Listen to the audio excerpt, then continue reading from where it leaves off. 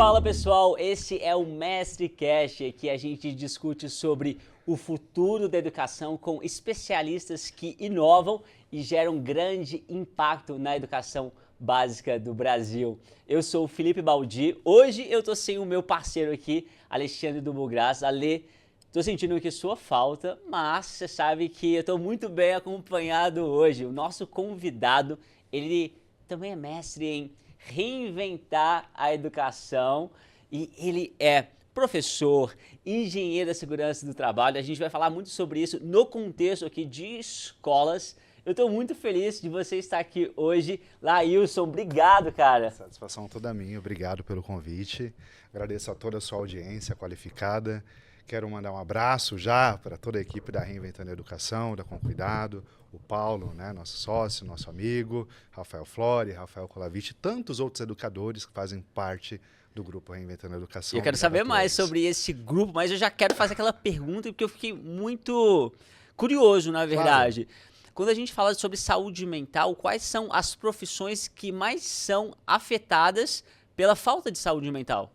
Bom, algumas são as profissões, né? Mas a gente começa pela área da saúde. A área da saúde, desde médico, enfermeiros, técnicos de enfermagem, toda a equipe da área da saúde sofre muita pressão, às vezes até falta segurança psicológica, enfim, e são afetados. Então, saúde é uma delas. Outra delas é a área da segurança pública, especialmente. Policiais militares, bombeiros militares estão ali na linha de frente, são profissionais que também sofrem com a saúde mental, né? Doenças burnout, ansiedade, estresse, síndrome do pânico, entre outras.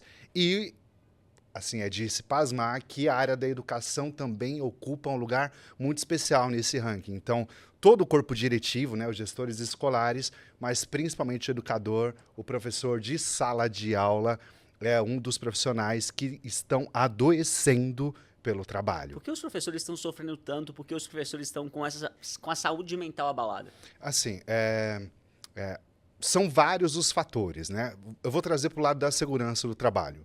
Na segurança do trabalho, a gente trabalha com legislação, com normas, que também se aplicam à área escolar. Né? Porque é até engraçado, às vezes a pessoa, várias pessoas não qualificam escolas como empresa. Tipo, escola é uma empresa. Exato, escola é uma empresa e, independentemente de regime de contrato, CLT ou não, é um direito constitucional. O trabalhador ele precisa ter a segurança, segurança física e mental prevenidas, né? Intactas, preservadas, isso é importante. Na área da educação, eu não vejo uma movimentação em prol desse movimento de prevenção. Então, se você aí, você já ouviu falar de CIPA? Já. Comissão Interna de Prevenção de Acidentes do Trabalho e Assédio. Escola é um local que sofre muito assédio. Eu acho que eu sei isso por conta que eu trabalhava na engenharia, então Olha eu sei, só, né? É muito comum ter isso em empresas, né? Na área da construção, na área da indústria, comércio, tem. Inclusive, parte da equipe é formada, né, por representantes do empregador e representantes do empregado. Então, essa comissão ela vai lidar com esses assuntos.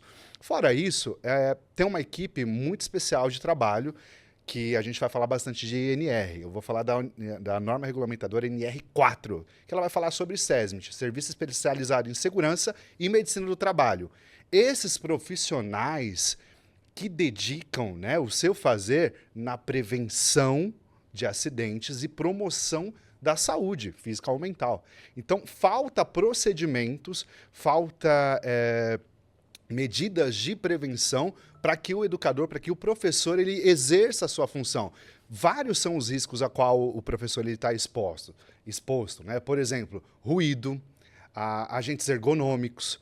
Agora, a gente está numa sala que tem ar-condicionado. Olha que legal, a gente está aqui. Muitos professores trabalham num calor que é exaustivo, né? O ruído toma conta de todo o espaço. Às vezes ele está ali ainda no giz saliva e lousa, né? Ainda temos realidade do Brasil. Quando não tem, falta de cuidado para o professor. Por que está liderando a parte de saúde mental, né? A doença mental está afetando o educador. Excesso de trabalho, muito estresse, pressão né, de dar liderança por resultados. Ele leva muito trabalho para casa, corrige prova e não sai de prova, muda bimestre ou trimestre, entra semestre, sai trimestre. Um medo, né, que ele sofre por situações de violência dos pais, dos alunos e até mesmo de pares, até mesmo de colegas. Então, é uma profissão que nós precisamos cuidar. E para a gente cuidar, a gente precisa cumprir a lei. A legislação está aí para ser cumprida. Eu vou começar falando também da NR1. Como eu falei de saúde mental, só agora, no ano de 2005, é obrigatório as empresas também fazer a gestão dos riscos psicossociais. Esses riscos, eles estão em todas as profissões, E, consequentemente, está levando a profissionais aí de todos os setores, né? Por isso que a gente vê muitas notícias de profissionais que estão cometendo suicídio, que estão... Isso não é algo novo, né? Isso existe há muito tempo, né? Não, Quando a gente olha aqui para a saúde não só física, mas também mental, é isso? Exatamente. Mas, legalmente falando, foi instituído agora em 2025, que as empresas, todas as empresas, precisam fazer a gestão dos riscos psicossociais. Então vai precisar dessa galera da segurança do trabalho, vai precisar de um médico do trabalho, de um engenheiro de segurança do trabalho, para fazer com que a gente enxergue isso, né? E assim, é um direito, todo trabalhador tem o direito de saber, isso está lá na NR1, quais são os riscos a qual a profissão dele ele está exposto. Né? E na escola não é diferente. Para você ter uma ideia, não vou lembrar muito bem o ano, mas existe uma lei de saúde e segurança nas escolas. É uma lei nova relativamente, que ela trata o dia 10 de outubro como sendo o Dia Nacional de Segurança nas Escolas. Ou seja, o governo fez e faz todos os anos a CAMPAT, que é uma campanha de prevenção de acidentes do trabalho, para a proteção do trabalhador, né? E também disponibiliza muito material para ser usado nas escolas, inclusive com os alunos. Por quê? Esse é um problema de saúde mental ou de falta de segurança no trabalho, também afeta o aluno. Então, como a gente trabalha na Reinventando a Educação com o conceito de segurança num termo integral, não dá para a gente tirar a segurança, colocar a segurança só no trabalho.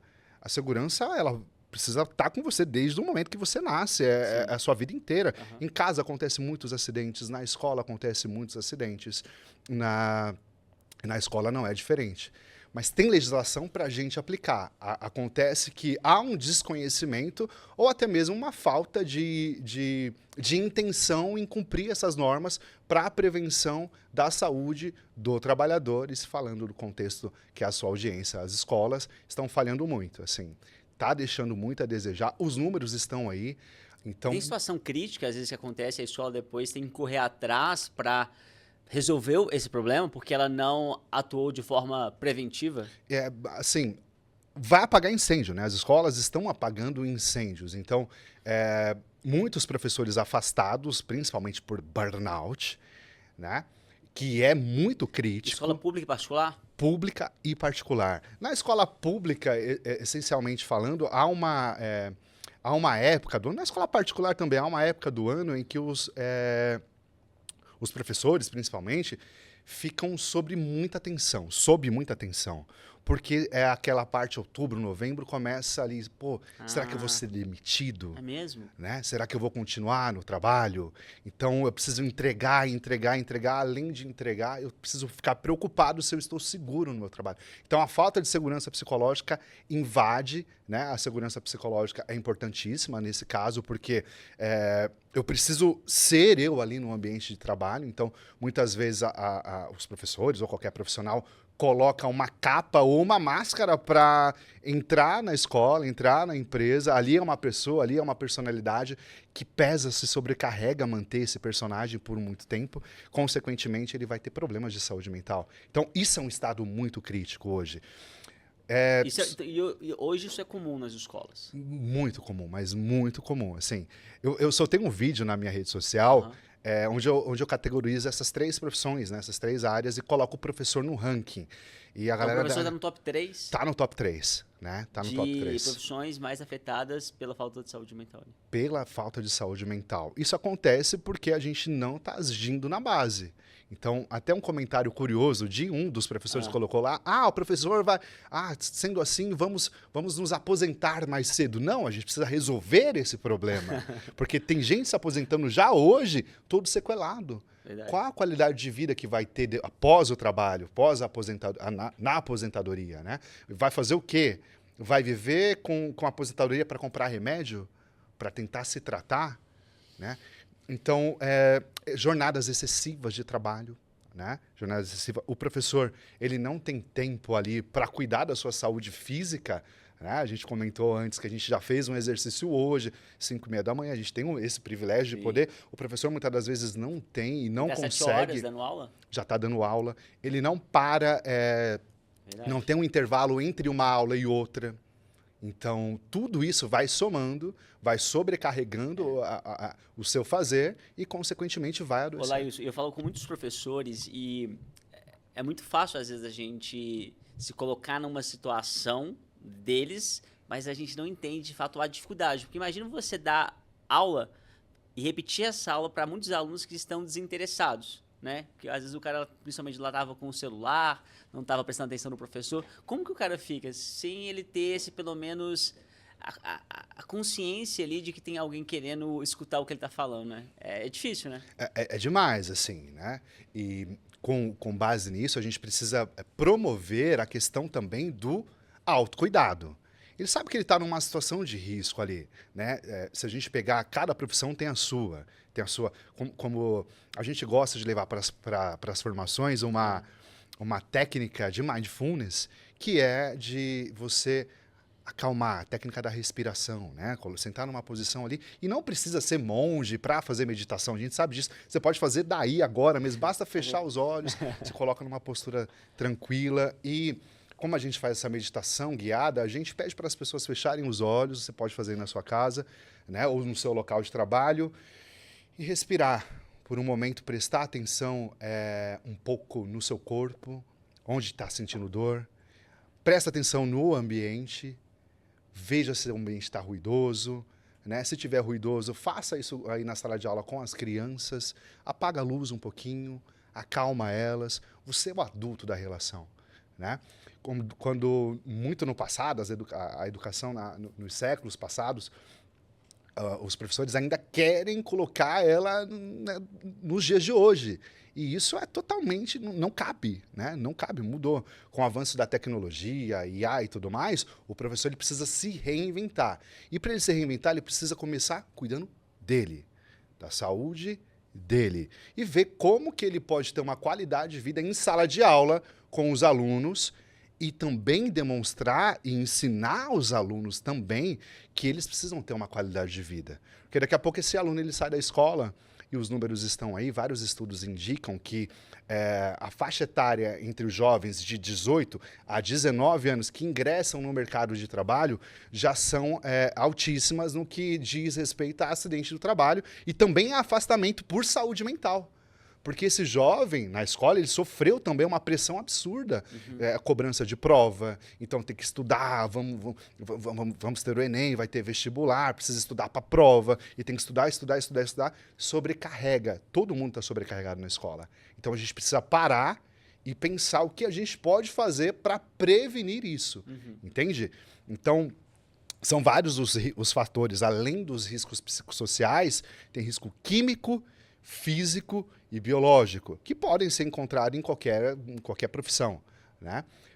Além dos riscos ergonômicos, que entra aí os fatores psicossociais. Mas quando eu falo de ergonomia, também existe uma parte que o Dr. André Fusco, meu colega de trabalho, médico do trabalho, ele diz que é ergonomia mental.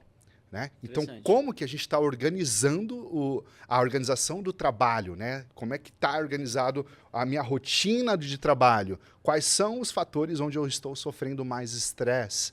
Né? Então, tudo isso e muito mais a gente vai encontrar nas normas regulamentadoras, que, repito, é dever da empresa informar, né? E o trabalhador ele precisa saber disso, é um direito de saber do trabalhador. Lá na NR1, você vai encontrar, você como empresário, Você vai encontrar o que cabe ao empregador. Cabe ao empregador promover um ambiente de trabalho seguro e saudável. Isso para todas as empresas, inclusive nas escolas. E a gente está falhando muito feio nas escolas. E aqui, quando você está olhando para NR1, ali o seguro e o saudável, ele diz respeito tanto à parte física quanto psicológica? Perfeito. Quando a gente fala de saúde, é até uma redundância a gente falar saúde mental. Porque saúde é complexo, então envolve a sua integridade física e mental. Então a gente precisa cuidar da saúde mental, sim, do professor. Ah, mas como que você faz isso? Só está falando que precisa cuidar como? Existem técnicas, existem normas, procedimentos, programas voltados para isso, né? E cada contexto a gente consegue adaptar. Pode ser que o médico do trabalho escreva, eu como engenheiro de segurança do trabalho, eu consigo escrever em conjunto com o médico, ou sozinho, ou em conjunto também agora com os riscos psicossociais, eu vou precisar da ajuda de um psicólogo. Então, ainda não tem esse profissional no quadro do SESMIT, mas muito em breve a gente espera que tenha uma atualização que inclua lá também um psicólogo no trabalho, porque as relações de trabalho, ela precisa ser equilibrada entre empregado e empregador. Sim. Entende? Não está sendo. A parte mais fraca é o empregado, é no caso do professor. Ele simplesmente é trocado. Então, deu defeito nele, troca.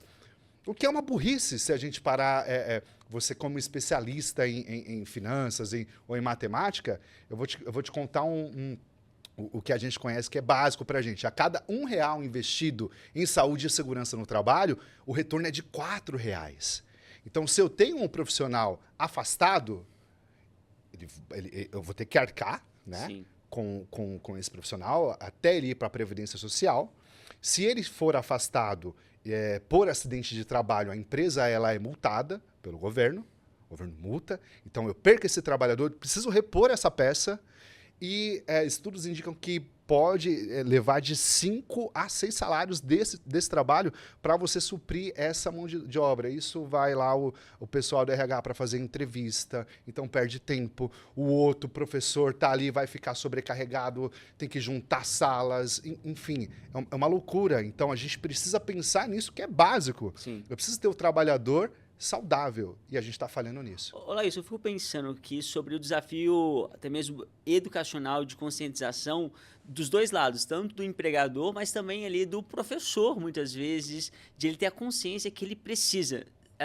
Como que é a sua visão ali trabalhando com professores na prática? Eles já têm essa consciência que eles precisam investir tempo, esforço, dinheiro nessa busca ali por ter uma saúde mental mais organizada, vamos dizer assim? Hoje como a gente tem muito mais informação, hoje tem muita gente mais ligada, né? Muitos deles estão cortando mal pela raiz, não querem mais escola. Não quer mais escola. Você vê uma evasão muito grande de professores. Muito, né? Tem uma professora que eu sou muito fã dela. Quem que é? Irene Reis. Ah, não sei se você conhece. Eu acho que eu sou um pouco fã também. Né? Que ela fala em uma das suas palestras, né, que ela traz esse dado para a gente, que até 2040 a gente não vai ter mais professor em sala de aula. Isso é um dado que saiu em G1 e tudo mais. E, assim, muito por conta disso. Muita porque é uma profissão que não está inspirando, né, os jovens a continuarem por falta de valorização e N situações que eu posso enumerar aqui. Mas aquele professor, aquele educador que ele quer continuar, ele continua por amor, muitas das vezes nem pelo salário, por amor, e agora ele está tendo uma consciência de que ele precisa praticar autocuidado. Então, jornadas, a Irene, né, eu também gosto de falar isso. Quando você trabalha 8 horas por dia, você está 8 horas do seu dia exposto, né, a todos esses riscos que eu estou te dizendo aqui, que é risco físico, químico, depende, claro, da sua atuação, né? Mas vamos colocar aqui de maneira geral, riscos de acidentes e tudo mais. Então, quando você diminui a carga horária, já é autocuidado. Você consegue planejar. Você consegue planejar uma aula em que você vai transmitir o conteúdo que precisa ser dado através de projetos, enfim, mas também pensando na sua saúde. Pensando como eu vou me desgastar o mínimo nessa aula. Posso dar alguns exemplos, né?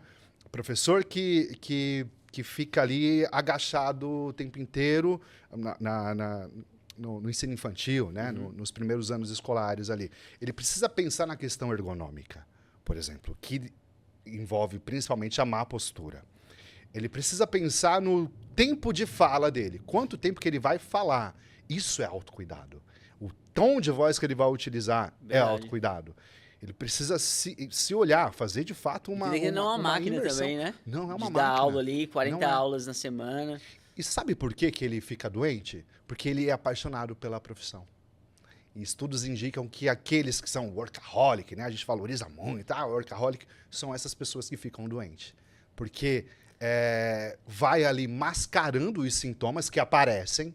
Se você prestar atenção no seu corpo vai falar com você, eu tô com uma dor nas costas, meu pé tá doendo, tá inchado. Vai mascarando ali com remédio, com comprimidinho, até estourar. Programas de saúde mental é muito importante para todas as empresas. Mas quando eu falo de programa de saúde mental, não é só a terapia. A terapia é um meio, talvez a ponta, o final. Já começa ali... De forma preventiva. Né? Interessante. Fora do trabalho, extra trabalho, o que você faz para cuidar também da sua saúde mental? Né? Que tipo de atividades você faz fora da escola? Isso é importante. Você faz uma caminhada, você vai a um teatro, você sai da tela, né? Quando você não está... A tela é comprovada, né, cientificamente, que está acelerando esse estresse que a gente está vivendo e, consequentemente, os problemas de saúde mental.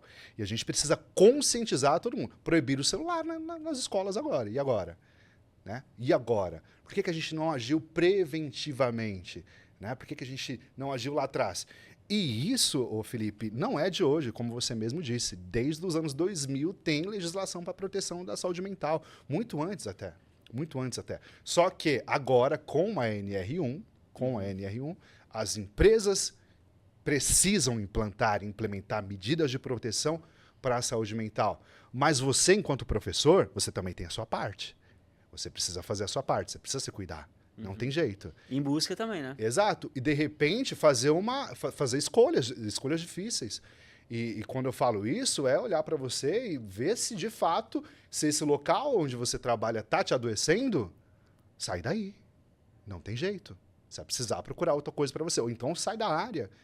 É assim. Porque senão, daqui a pouco, você vai começar a ter complicações maiores e muitas vezes até irreversíveis, né? Pensamentos suicidas, ideação suicida. Eu também sou bombeiro, né? E essa parte é muito interessante de primeiros socorros. Eu falo sobre primeiros socorros psicológicos. Já ouviu falar de primeiros socorros psicológicos? Não. Não? Olha que legal. É algo que toda empresa também deve implementar, que está lá na NR1 também. Está dizendo que a empresa deve, além dos primeiros socorros físicos, tem que ter um kit de primeiros socorros em qualquer empresa, precisa ter. Para se acontecer um acidente, você está sangrando o nariz, eu vou ali com uma bandagem, faço um curativo rapidinho, chamo o socorro ou te encaminho para o socorro. Da mesma forma, como quando você tem eu coloco aqui entre aspas, um acidente emocional. Mas e como que isso manifesta? Muito simples. E assim, não precisa ser especialista para a gente saber disso. Basta você ser humano. É você olhar para a pessoa e ver que a respiração dela está diferente. Ela está tremendo, ou ela está chorando. Ela está pálida aquele dia. Você tem que parar e conversar com ela. Conversar. Mas sabe o conversar de prestar atenção naquela pessoa mesmo e falar, vai ser uma conversa difícil e provavelmente essa pessoa ela vai chorar e o que você tem que fazer, né? Acolher ela. Falando de técnicas até internacionais sobre primeiros socorros psicológicos, são 3 L's: link, listen and look. Não, link é exatamente, né? Mas a sequência é look, listen e link. Look, primeiro é olhar. Eu preciso olhar para você. Né? Olho para você, olho para o ambiente. Porque, de repente, você pode estar com uma arma, por exemplo. Você pode estar com uma faca tentando sobre a sua própria vida. Enfim, é uma avaliação de cena. Preciso olhar, manter a calma sempre. Né? Depois, listen, ouvir, escutar. Escutar de verdade, tá aqui. Não escutar aqui no celular. Não. Essa pessoa ela está em estado de angústia. Ela está sob forte pressão emocional, sob estresse, sobre ansiedade. A gente precisa olhar para ela, escutá-la. E terceiro, o link, que é de ligar também para pedir ajuda para apoios externos, pode ser polícia, bombeiro ou SAMU, ou apoio da família, né? Pode ser que Pode de ser repente, criar uma conexão com ela também ali? pode ser ver qual que é a necessidade, que ela precisa agora. De repente ela está ansiosa porque ela deixou uma mãe, vou colocar aqui como exemplo, ela deixou a filha dela com febre na casa dela ou alguém cuidando, só que ela não pode se ausentar mais do trabalho porque a chefe ou o chefe está ameaçando ela, tá sob ameaça. Então chega uma hora que isso vira uma panela de pressão e pode explodir. E aí a gente entra com esses primeiros socorros, entende? Leva ela para um lugar reservado, senta, né? Tira ali tira ela daquele ambiente que está deixando ela também sob ansiedade ou estressada, dá um pouquinho d'água, conversa com ela, calma, faça isso, linke ela com a necessidade. Escuta empática, a gente precisa fazer isso, a gente precisa cuidar das pessoas. Porque quando você vê alguém chorando, principalmente homens, né, que a gente foi construído numa sociedade muito machista, é mimimi, é frescurenta, tá chorando porque é louca. Não, tá chorando porque tá sentindo dor. Pode ser física ou emocional. E não cabe a mim, a você julgar. O que nos cabe é acolher. É acolher o que tá sentindo, é ouvir, sabe? E ajudar essa pessoa. Tá ali na sua empresa, pode ser seu colega de trabalho, pode ser seu liderado, ou pode ser até mesmo seu líder. Sim. A gente precisa cuidar do ser humano. E tem olhando para o contexto de escolas, tem uma causa raiz ali mais comum ou ela é muito variável, assim, dependendo do contexto, do porquê ali de os professores estarem com a saúde mental tão abalada? Eu vou trazer uma frase aí, então, um contexto, vou contextualizar segundo Paulo Freire, né? A questão do oprimido e do opressor. Ele fala muito sobre isso, né? Então, assim, o professor ele é oprimido o tempo todo. Pode estar sendo, né? Você pode estar se identificando agora pelas lideranças e também por parte da família ou até mesmo aluno, dependendo do contexto. O aluno, se você vai dar uma aula numa escola de elite, por exemplo, nossa, muitas histórias eu escuto de alunos que ameaçam o professor. Faz essa prova. Eu não vou fazer porque eu sou rico. Por que eu vou fazer essa prova? Sou rico. Quem é você? Você ganha quanto?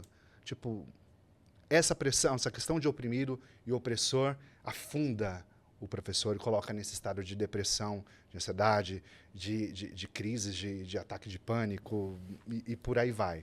Então, uma das causas não é essa, e também eu não posso aqui falar que é a principal, certo, mas essa relação oprimido-opressor, que também ali vem ali um par, daqui a gente é professor, daqui a pouco você ganha um cargo, você parece que muda e você repete, você foi tão oprimido e daqui a pouco você começa a oprimir. Uhum. Que loucura isso, somos seres humanos, a gente precisa se tratar com gentileza. Tem muito a ver com a falta de valorização dos educadores mesmo também, né?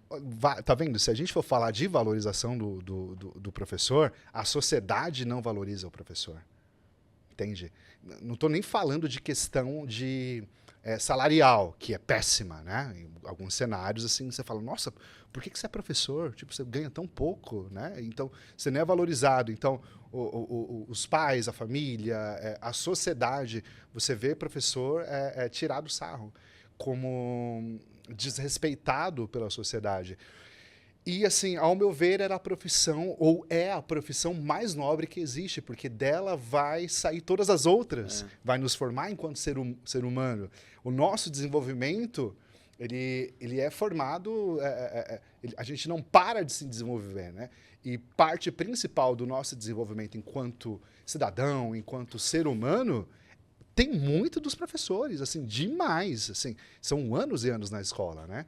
E se o profissional ele não é valorizado, ele é uma vítima da sociedade, muitos se vitimizam, né? A gente, na Reinventando a Educação, gosta de empoderar o educador. Empoderar, você está nesse lugar aqui, a profissão mais nobre que existe é ser educador, é ser professor. Só que se você aceita isso e sucumbe ao que a sociedade, ao que, sei lá, o sistema está impondo, né, com essa falta de cuidado que deveríamos ter com os nossos mestres, com os professores, fatalmente não chegaremos a 2040 com professores e consequentemente, teremos também uma sociedade que vai repetindo esse padrão. O professor está em sala de aula.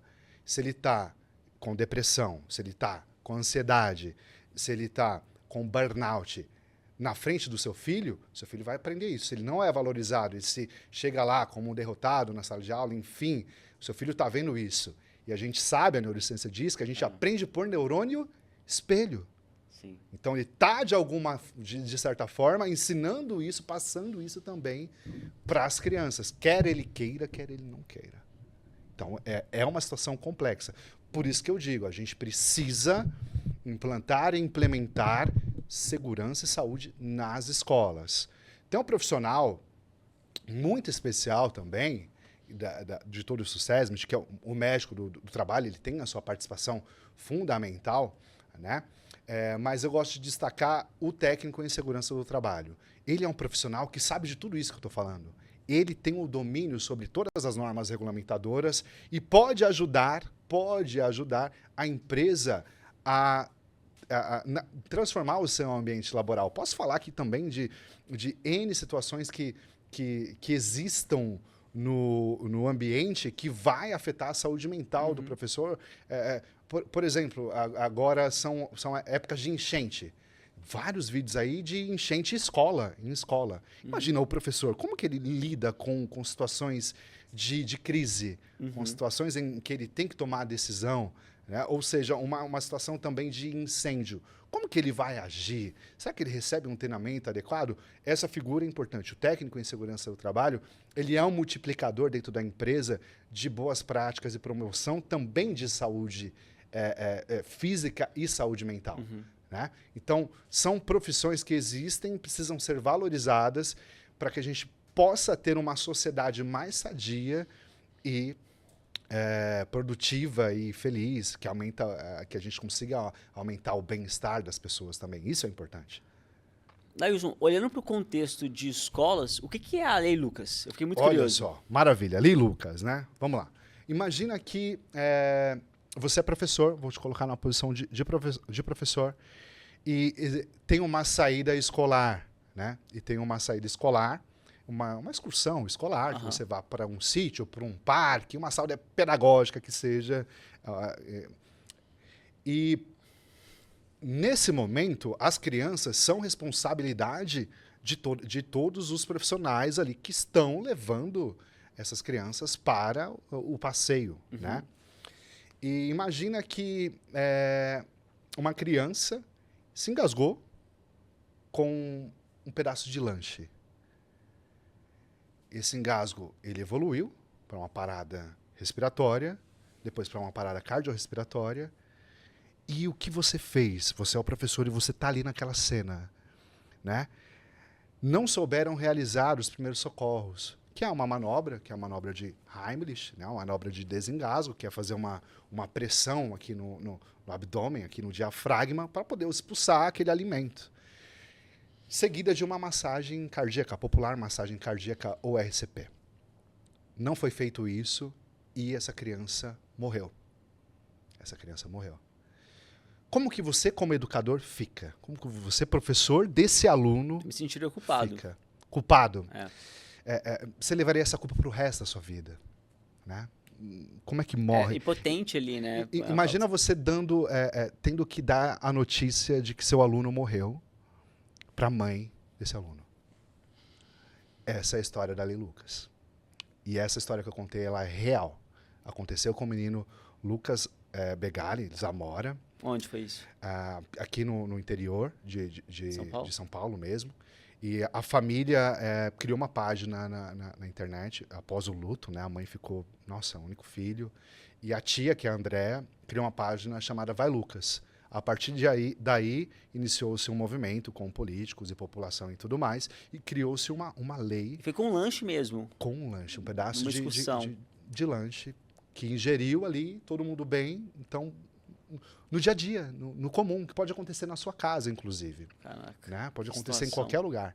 Mas a escola, a criança passa muito tempo na escola e tem que ser um local seguro.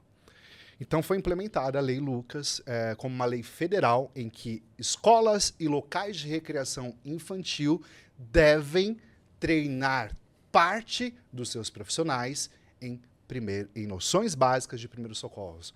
noções de primeiros socorros. Essa manobra de Heimlich, ela é algo que qualquer pessoa pode fazer, inclusive criança pode fazer. E quanto tempo demora esse treinamento? Assim, a lei ela não determina uma carga horária. Mas assim. necessário. A carga horária ideal seria aí de 6, 8 horas, né? Entre 4 e 8 horas, uma carga horária ideal para a gente passar ali os conceitos básicos de primeiros socorros para o professor que está exposto a isso. Mas eu estenderia esse treinamento também, já que é obrigatório, assim, pelo menos uma vez ao ano. Ele precisa ser treinado todos os anos. Entendi. Porque como a gente não usa, a gente acaba esquecendo. Então, sim. a gente repete pelo menos uma vez ao ano. Isso é lei, é obrigatório. A partir da lei, Lucas. A partir da lei, Lucas. A NR1 também obriga as empresas a treinar parte dos seus profissionais em primeiros socorros. Então, só que para a gente treinar, a gente precisa pensar primeiro na prevenção. Não adianta a gente falar como você agir. Tem gente que não sabe nem qual é o número do SAMU, quando eu pergunto nos meus treinamentos na minha palestra, não sabe a diferença entre SAMU e bombeiro. E aí eu gosto de educar, assim, numa mnemônica, né? Tipo, SAMU, qual é o número do SAMU? 192, tipo, ensinando a galera que tá lá. Bombeiro, 193. Importante a gente chamar órgãos externos de apoio, ok. Só que mais importante é a gente continuar agindo até que a ajuda chegue. E se eu puder levar essa criança, essa vítima, vamos dizer assim, essa vítima até um hospital, se eu tiver meios para isso e conseguir ali, é preferível, inclusive, né? Claro que isso vai depender de cenário para cenário. Por isso que as escolas têm que ter, não só as escolas, as empresas também. Tá vendo como a gente precisa falar das escolas? As empresas, elas precisam ter um plano de ação a emergências. Acidentes acontecem, sim. Podemos prevenir? Podemos. Como a gente faz para prevenir? A gente educa as pessoas. Então, quando eu vou às escolas para dar esses treinamentos, eu educo os educadores para que eles sejam multiplicadores, ensine os alunos multipliquem isso para as famílias. Inclusive, até recomendo que as escolas, ao realizar esses treinamentos, não se limitem apenas ao professor, ao educador de sala de aula, ao pessoal da cozinha, aos porteiros, aos motoristas de perua, van escolar, porque acontecem tragédias lá também. Eles têm, obrigatoriamente, eles precisam treinar. Eles são educadores. Entendi. Tem a lei para eles, já precisa treinar. Mas traz também para dentro da escola. Veja se algum pai quer participar, alguma mãe, algum familiar quer participar desse treinamento. A pessoa pode usar isso depois para a vida, né? É para a vida esse treinamento. Todos nós deveríamos aprender isso. Segurança e saúde no trabalho na escola. Primeiros socorros também deveria ser uma matéria fixa ali na grade curricular da escola, ou de faculdades, de universidades, enfim. Só que não é. E como que a escola tem que fazer? Beleza, eu quero me regulamentar, quero deixar minha escola mais segura, não só para os alunos, mas também para os profissionais que trabalham lá. O que ela tem que fazer? Ela tem que contar com o apoio de especialistas, esse pessoal do SESMIT, médico do trabalho, engenheiro de segurança do trabalho, técnico em segurança do trabalho.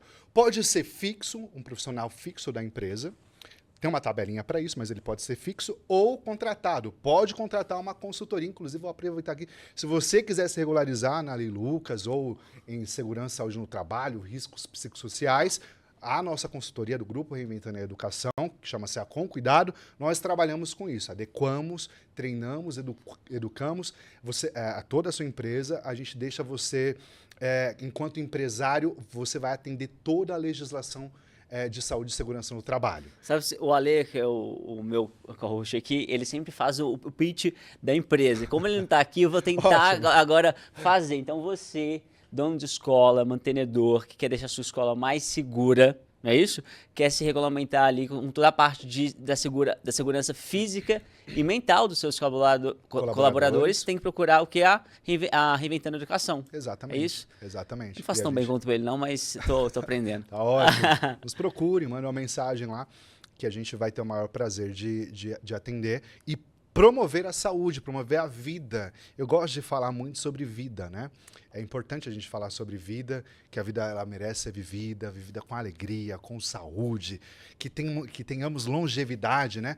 Mas às vezes a gente precisa falar de morte, né? Como é no caso do menino Lucas. Quando a gente fala de morte, a gente para um pouco, reflete que uma vida de uma criança de 10 anos, que tinha ali um futuro inteiro pela frente, foi... E a gente poderia ter salvo. Porque os acidentes, eles não, a gente tem um mito muito grande que permeia por toda a sociedade que acidentes acontecem. Não, acidentes não acontecem. Acidentes podem ser prevenidos. 90% dos acidentes podem ser prevenidos. Se tratando de segurança nos lares, e isso é complexo, envolve também para as escolas. Só para você ter uma ideia de número, vou trazer números aqui para você, Felipe. Todos os anos morrem mais de 1 milhão de crianças vítimas de acidente doméstico no mundo. 1 milhão. 1 milhão. 90% dessas crianças poderiam ser salvas com simples medidas de prevenção. Que seja olhar para o ambiente, observar que ali tem um fio que ele está no meio, a criança pode tropeçar, tem uma quina que ela está ali, tem uma fiação exposta, tem um produto químico exposto que a criança pode ingerir, a gente olhar para o ambiente e corrigir aquilo que tem que ser corrigido. E a escola também tem que ser estruturada pensando nesse tipo de segurança. Né? A gente pode pensar na infraestrutura da escola, a gente deve pensar na infraestrutura da escola física, recursos que a escola precisa ter para realizar os primeiros socorros e capacitação, treinamentos para os funcionários. Pergunto aí para você, educador, onde fica o hospital mais próximo da sua escola? Ou onde fica o hospital mais perto da sua casa? Já fez o exercício de quanto tempo vai demorar para chegar até lá? Por exemplo, se tiver uma hemorragia, qual é o tempo que você vai levar para chegar? Ou qual é o tempo que o SAMU vai chegar até a sua casa? Ou vai chegar o bombeiro, né? Ou se você ligar para o 190 também, a polícia pode ir, mas não é o normal. Normal para acidentes é SAMU ou bombeiro. Qual o tempo e o que você vai fazer? Você vai estar preparado ou você vai deixar para aprender ali na hora? Você tem um kit de primeiros socorros na sua casa? No carro era obrigatório, não é mais? Só porque não é mais, eu tiro as coisas e esqueço. Não vai acontecer comigo, não. E aí, de repente, acontece com você aí na sua casa, ou na sua sala de aula, ou no seu local de trabalho. E aí? Existe o pessoal da CIPA, que recebe treinamento para isso, recebe treinamento para prevenção de acidentes, incluindo primeiros socorros. O pessoal da Brigada de Incêndio, é importante a gente falar também, que Brigada de Incêndio, a gente precisava ser treinado até nas nossas casas, né? O incêndio acontece em todos os lugares. Inclusive, assim, tem sido, ultimamente, tem assim, multiplicado por 1000 os princípios de incêndio e incêndio que estão acontecendo no Brasil e no mundo, né? Vira e mexe, a gente tem acesso à informação agora.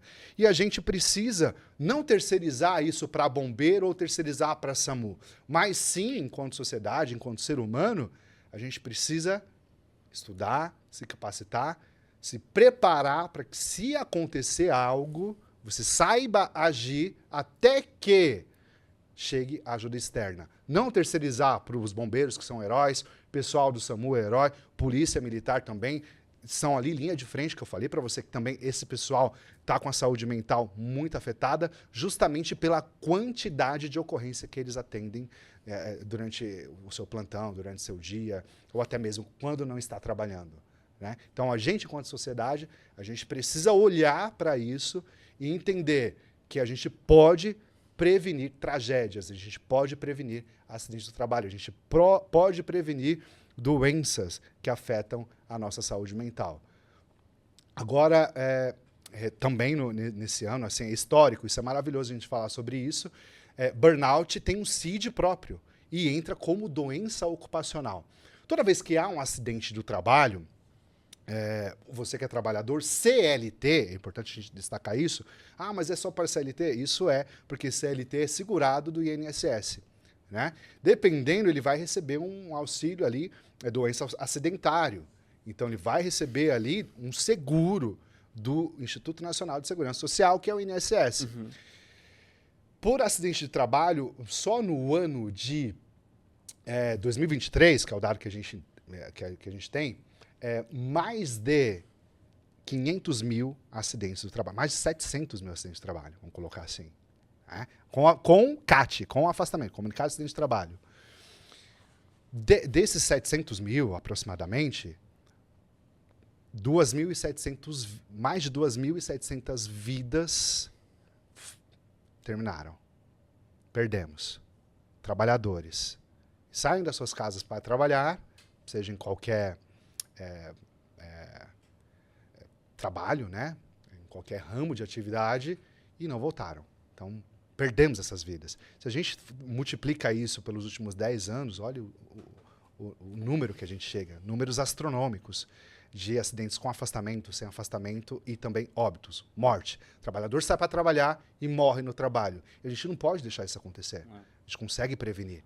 Uma coisa que eu aprendi bastante na engenharia, enquanto eu trabalhava, eu sou engenheiro químico, é que uma forma de você diminuir acidentes é você diminuir os incidentes. Porque é um funil.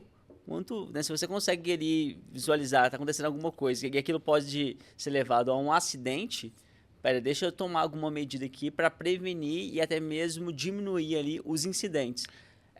Faz lógica? É exatamente isso? Tem base na NR1, você está falando de NR aí também. Né? A gente precisa aprender com os incidentes, aprender com os acidentes. Qual que é a diferença? Fala investigar, um pouquinho. né? Eu acabei não falando a diferença entre um acidente e um incidente. Um incidente pode acontecer, por exemplo, se eu derrubar aqui esse copo, não me machuquei, a gente considera um incidente. Né? Um incidente.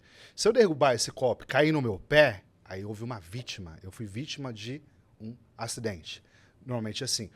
Isso se tratando em acidente de trabalho. Uhum. Deixa eu já entrar nesse assunto, porque também é legal eu falar para as pessoas que trabalham CLT, principalmente, que o acidente de trabalho ele pode ser de duas formas. Ou típico, que acontece a serviço da empresa, né, a serviço do empregador, ali no ambiente laboral, onde você está, provocando uma lesão. Se tiver uma lesão, bati, tive um contato físico ali, involuntário, lesionei, saiu sangue, precisa ir lá para o médico vai emitir um CID ou emite uma CAT. Acidente com típico. Acidente de trajeto também entra em questão de acidente, porque é responsabilidade da empresa, né? O acidente de trabalho, de trajeto, ele é caracterizado do momento que você sai da sua casa ao local de trabalho, ao endereço do trabalho. Mesmo que você esteja com seu carro pessoal. Vice-versa. Independente do meio de locomoção. Tá. Está lá uma lei que protege o segurado em regime CLT. Então, acidente de trabalho é aquele que acontece no percurso entre o trajeto da sua casa, que é importante manter atualizado lá o endereço, lá no departamento pessoal, no RH, até a empresa ou vice-versa, desde que não haja interrupção desse trajeto. Como assim? Se você desviar muito desse caminho, nós, a segurança do trabalho, a gente vai fazer uma análise para ver se você, de repente, mas eu passei no supermercado, ou fui visitar minha tia e... Não, aí já é descaracterizado. Tá? É importante o trabalhador saber isso. É um direito dele. Sim. E eu entrevistei milhares, eu posso falar assim, estou mais de 16 anos na área, milhares de trabalhadores que sofrem acidente, que eu preciso entender o que houve contigo no acidente. Para quê?